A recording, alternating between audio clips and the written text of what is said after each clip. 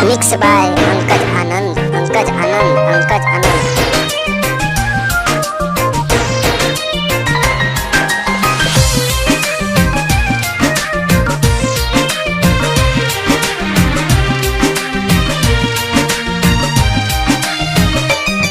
दुनिया में जियल मुश्किल भइल, अब जख्म ही दिल के फिल भइल।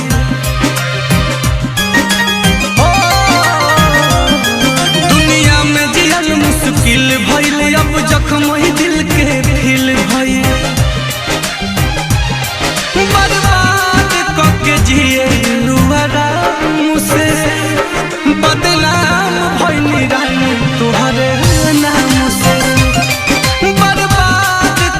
जिए आराम से, बदनाम भइल रानी तोहरे नाम से। मिक्स बाय पंकज आनंद, पंकज आनंद, पंकज आनंद।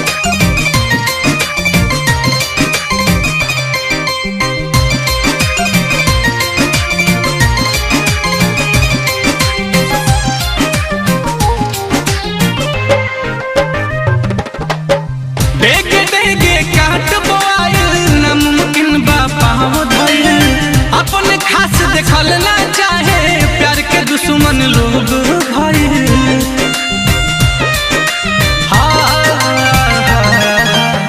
देखे देखे काट बोआइल, नामुमकिन बा पाँव धइल। अपने खास देखल ना चाहे, प्यार के दुश्मन लोग भइल।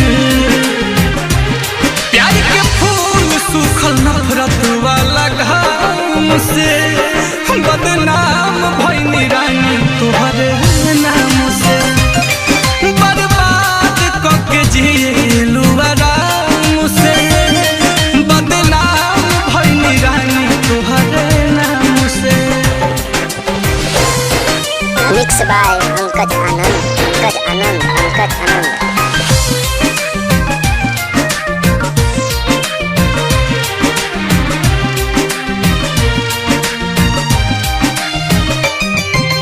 सपना टूटल शीशा